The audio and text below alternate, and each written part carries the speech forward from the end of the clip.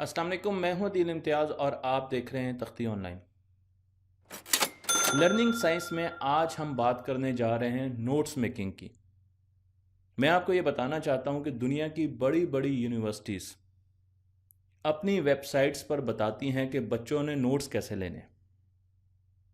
आप Stanford university की बात कर लें, यूएसए की यूनिवर्सिटीज़ की बात कर लें, यूके की यूनिवर्सिटीज़ की बात कर लें, कई बड़ी बड़ी यूनिवर्सिटीज़ उनकी वेबसाइट्स पर अगर आप जाएंगे तो आपको बताएंगे बच्चों को कि उन्हें नोट्स कैसे लेने, ताकि वो इस तरीके से क्लास नोट्स ले सकें कि चीज़ें उनको याद हो जाएं।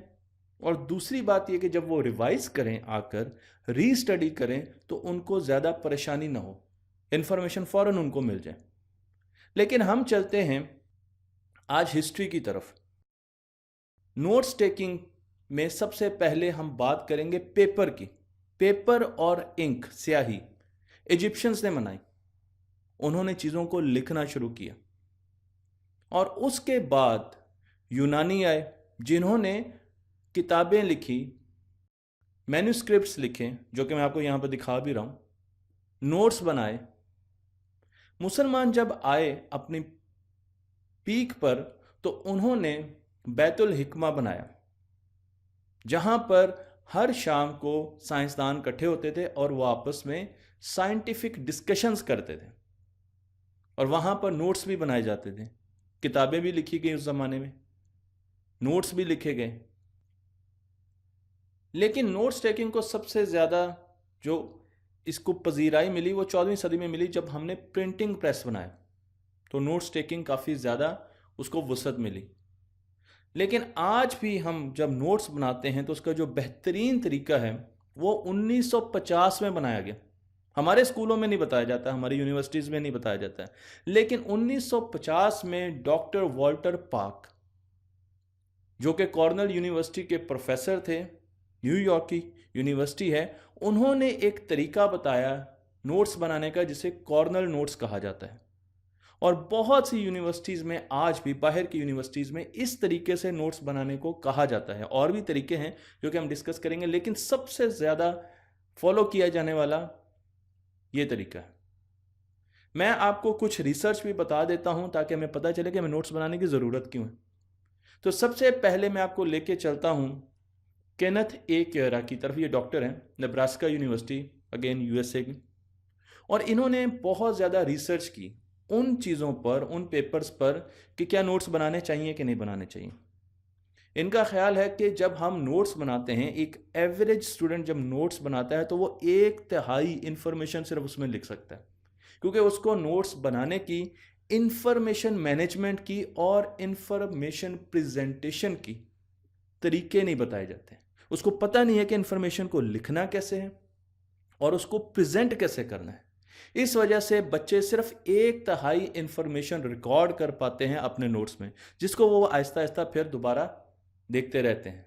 लेकिन मैं आपको कुछ और स्टडीज़ भी बताता हूं जो कि नोट्स बनाने के बारे में कहती हैं। इन्होंने अपनी स्टडी में ये भी देखा कि हाथ से नोट्स बनाना ज़्यादा बेहतर है बनिस्बत आप कंप्यूटर पर या लैपटॉप पर या टैबलेट पर नोट्स बनाएं। और उसकी वजह यह है, ज़्यादा वजूहात में से एक वजह यह है कि आपकी डिस्ट्रैक्शन कम होती है जब आप हाथ से नोट्स बनाते हैं।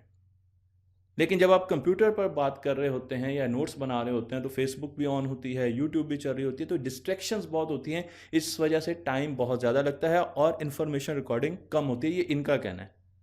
कुछ और स्टडीज़ ये कहती हैं कि लैपटॉप पर भी नोट्स बनाए जा सकते हैं। हाथ की निस्बत लैपटॉप पर नोट्स बनाना ज़्यादा एफिशिएंट है। लेकिन अब हमारे पास ऐसे मोबाइल फ़ोन आ गए हैं, टैबलेट्स आ गए हैं, जिन पर हम पेन के ज़रिए, हाथ से भी डिजिटल पेन के ज़रिए नोट्स बना सकते हैं। लेकिन अभी भी ज़्यादातर साइंसदानों का यह ख्याल है कि हाथ से नोट्स बनाना ज़्यादा बेहतर है। स्टडीज़ में आपको बता रहा हूँ। इसके साथ ये भी बता दूं कि जो बच्चे नोट्स नहीं बनाते और जो बच्चे नोट्स बनाते हैं, लिखते हैं, उनको ज़्यादा अरसे तक चीज़ें याद रहती हैं, उनकी लॉन्ग टर्म मेमोरी में चीज़ें ज़्यादा अरसे तक रहती हैं। हमें रिसर्च ये बताती है। रिसर्च हमें यह भी बताती है कि हमें नोट्स को बार बार रिवाइज करना चाहिए, रीड नहीं करना चाहिए। रीड का वर्ड यूज़ नहीं किया मैंने, रिवाइज करना चाहिए। और जो बच्चे नोट्स बनाते हैं, अच्छे तरीक़ों से नोट्स बनाते हैं, वो बहुत ज़्यादा क्लास में तरक्की करते हैं। एक और रिसर्च ये कहती है कि जितनी ज़्यादा इंफॉर्मेशन आप नोट्स पे रिकॉर्ड करते हैं उतना ज़्यादा आपको अच्छा आता है। इंफॉर्मेशन रिकॉर्ड करनी है, उस्ताद का हर जुमला नहीं लिखना। जो इंफॉर्मेशन आपके पास आ रही है वो रिकॉर्ड करेंगे तो आपको ज़्यादा अच्छा आएगा, वो बच्चे ज़्यादा क्लास में अच्छे पाए जाते हैं रिसर्च के मुताबिक।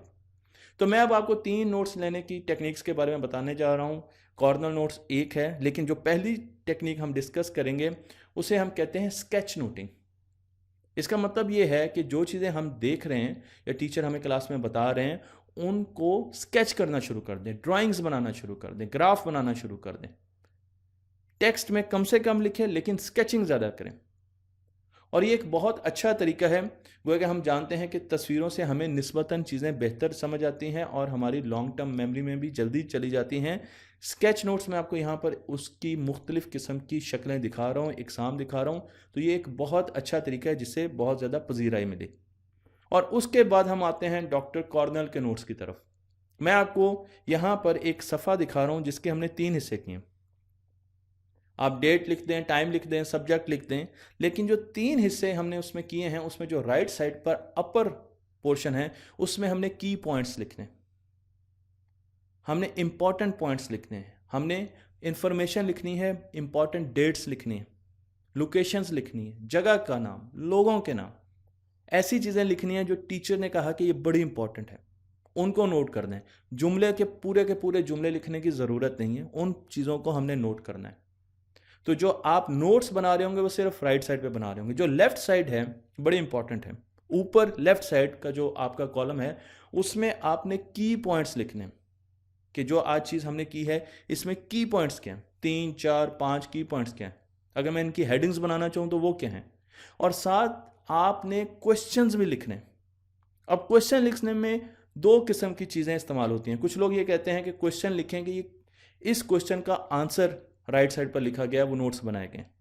और कुछ लोगों का ख्याल है कि आप अपने जब नोट्स को देखते हैं तो उनमें जो चीज़ें आपको नहीं समझ आती लेफ्ट साइड पे वो क्वेश्चन भी लिखें कि मैंने इन चीज़ों के जवाब भी ढूंढने। तो आपने उन चीज़ों को भी लिखना है जिसके क्वेश्चन के आंसर आपको राइट साइड पर मिल गए हैं, लेकिन साथ आपने वो क्वेश्चन भी लिखने हैं जो आप समझते हैं कि जिनके क्वेश्चन के आंसर अभी आपको नहीं मिले इस लेक्चर में और आपने ढूंढने। और उसके बाद आप घर चले जाए। अब कुछ टाइम के बाद शाम को अगले दिन आपने जो नीचे वाला हिस्सा है समरी का उसमें समरी लिखनी है। तो आप जाएंगे, नोट्स उठाएंगे, देखेंगे। अगर आपने बुक को रेफ़र करना है उसके बारे में भी आपको बताऊंगा कि वहाँ पर कौन सी टेक्निक यूज़ करनी है, लेकिन समरी आपने अपने अल्फाज में लिखनी है। आपने ऊपर से कॉपी करके वो चीज़ें नीचे नहीं लिखनी। समरी टोटल आपने अपने दिमाग से लिखनी है। और उसमें अगर आपको कोई नई चीज़ों के बारे में पता चला, मसलन आपने क्वेश्चंस लिखे थे जिनके जवाब आपको नहीं मिले, आप उन क्वेश्चंस के आंसर ढूंढ के भी समरी में लिख सकते हैं। आप गूगल से रेफ़र करके भी समरी लिख सकते हैं। आप किसी किताब से देखकर भी फर्दर समरी लिख सकते हैं, लेकिन समरी आपने अपने दिमाग से रिट्रीव करके, एक्टिव रिकॉल कहते हैं, लिखनी है। और उसके साथ साथ अगर आपको एडिशनल इन्फॉर्मेशन मिलती है तो वो ज़रूर करनी है, लेकिन ये फ़ौरन उस वक्त नहीं करनी जब आप नोट्स बना रहे होते हैं, बल्कि ये कुछ अरसे के बाद आपने करनी है, 6 घंटों के बाद, 8 घंटों के बाद, अगले दिन करनी है। तो इस तरीके से एक तो आप वो नोट्स बना रहे हैं, लेकिन उसके साथ साथ जब आप उसको दोबारा एक्टिव रिकॉल करेंगे, दोबारा उसको अपने जहन से बाहर निकालेंगे, तो आपके मेमोरी कनेक्शंस, आपके न्यूरॉन कनेक्शंस बहुत इंप्रूव हो जाएंगे और वो चीज़ आपको याद होना शुरू हो जाएगी। अगर आप कॉर्नर नोट्स के साथ स्केच नोट्स को भी मिला लें तो आप इनमें ड्राइंग्स भी बना सकते हैं, आप शक्लें भी बना सकते हैं। कुछ लोगों को ड्राइंग्स याद रखना, शक्लें याद रखना बहुत आसान लगता है, तो इजीली आप उनको इकट्ठा करके ये एक ज़्यादा पावरफुल स्कीम बन जाएगी। आप शक्लें भी राइट साइड पर ऊपर बना सकते हैं। इवन समरी में भी लोग शक्लें बनाते हैं, तो आप इनको इकट्ठा भी कर सकते हैं। अब तीसरी किस्म के नोट्स मैं आपको बता रहा हूँ जो कि बहुत जदीद है, जो अभी हार्डली 8 साल पहले डॉक्टर बुज़ैन ने हमें दिए, जिनको अभी रिसेंटली जो फौत हुए हैं, उन्होंने, टोनी बुज़ैन उनका नाम है। 8 से 10 साल पहले, मेरे ख्याल में 2008 में उन्होंने ये नोट्स हमें दिए और इस वक्त ये नोट्स बहुत ज़्यादा शोहरत हासिल कर रहे हैं। ज़्यादातर इन नोट्स का जो इस्तेमाल किया जाता है वो क्रिएटिविटी टेस्ट के लिए किया जाता है, प्रॉब्लम सॉल्विंग के लिए किया जाता है। अगर आपको एक प्रॉब्लम दे दिया जाए तो आप कितने तरीकों से उसका सोल्यूशन निकाल सकते हैं, उसमें हम माइंड मैप्स यूज़ करते हैं, तो इनको माइंड मैप्स कहते हैं। लेकिन इंफॉर्मेशन रिकॉर्डिंग के लिए भी माइंड मैप्स बहुत इंपॉर्टेंट है, इनके ज़रिए आपको चीज़ें भूलेंगी नहीं। मैं पूरी एक वीडियो बना चुका हूं, बल्कि कई वीडियोस बना चुका हूं जो कि माइंड मैप्स के बारे में। तो आपको माइंड मैप्स के बारे में भी ज़रूर पता होना चाहिए, क्योंकि कई जगह पर अब माइंड मैप्स आपको यूज़ करने पड़ेंगे, कई बुक्स में आपको नजर आएंगे। तो ये इन्फॉर्मेशन रिकॉर्डिंग का भी एक बहुत अहम हिस्सा है, क्योंकि नई चीज़ है। तो अब बाहर के स्कूलों में एक स्टडी के मुताबिक तकरीबन 10% लोग माइंड मैप्स यूज़ करना शुरू हो गए। तो हमें भी माइंड मैप्स के बारे में पता होना चाहिए। मैं अपनी लिंक वीडियो भी शेयर कर दूंगा और आप माइंड मैप्स को भी ज़रूर देख सकते हैं। और इसके साथ साथ डॉक्टर डेनलॉस्की, जॉन डेनलॉस्की, उन्होंने कहा कि जब आप नोट्स बनाते हैं तो उनका रिव्यू करना बहुत ज़रूरी है। अगर आप नोट्स बनाकर उनको छोड़ देते हैं और दोबारा जाकर सिर्फ रीड करना शुरू कर देते हैं, पढ़ा, ठीक है, आ गया, तो उन नोट्स का कुछ ज़्यादा फ़ायदा नहीं होगा। लेकिन अगर आप उनको रिव्यू करेंगे तो रिव्यू में बहुत सी डिफरेंट टेक्निक्स, आप अपने आप को टेस्ट करें। आप जिस तरह समरी लिख रहे हैं समरी लिखें, आप एंड पर जाकर क्वेश्चन भी सॉल्व कर सकते हैं, तो फिर आपको बहुत ज़्यादा फ़ायदा होगा। और अगर एक और तरीका मैं आपको बताऊं रिव्यू करने का जो बड़ा मज़े का है, तो आप इस तरीके को भी इस्तेमाल कर सकते हैं। आप दूसरों को पढ़ा सकते हैं। आप अपने क्लास वाले उसको कह सकते हैं कि मैं आपको बताता हूँ ये टॉपिक और मैं आपको पढ़ाता हूँ, और आपने जो चीज़ें अपने नोट्स में लिखी वो उनको किसी और पेपर पर लिखें। इससे भी एक्टिव रिकॉल कहते हैं। जब आप उनको समझाएंगे, आप अपने दिमाग से वो चीज़ें लिखेंगे, तो वो चीज़ें आपको कभी नहीं भूलेंगी। आप अपने बहन भाइयों को भी पढ़ा सकते हैं, अपने वालिदैन को भी पढ़ा सकते हैं।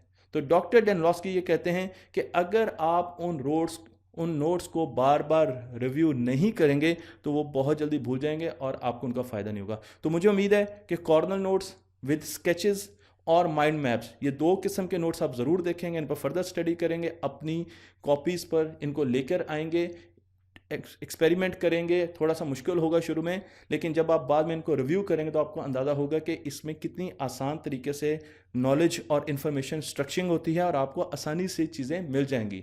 और इन चीज़ों को हमें अपने स्कूलों, कॉलेजेस और यूनिवर्सिटीज़ में बच्चों को दिखाने की और सिखाने की बहुत ज़्यादा ज़रूरत है, क्योंकि हमारे बच्चों को पढ़ने के तरीके नहीं बताए जाते। और तख्ती ऑनलाइन पर हम आपको जदीद पढ़ने के तरीके बताते हैं, जिससे कम वक्त में आप बहुत ज़्यादा पढ़ सकते हैं, चीज़ें याद कर सकते हैं और चीज़ें सीख सकते हैं। तख्ती ऑनलाइन को लाइक कीजिए, शेयर कीजिए और इस इल्म को दूसरों तक पहुंचा दीजिए।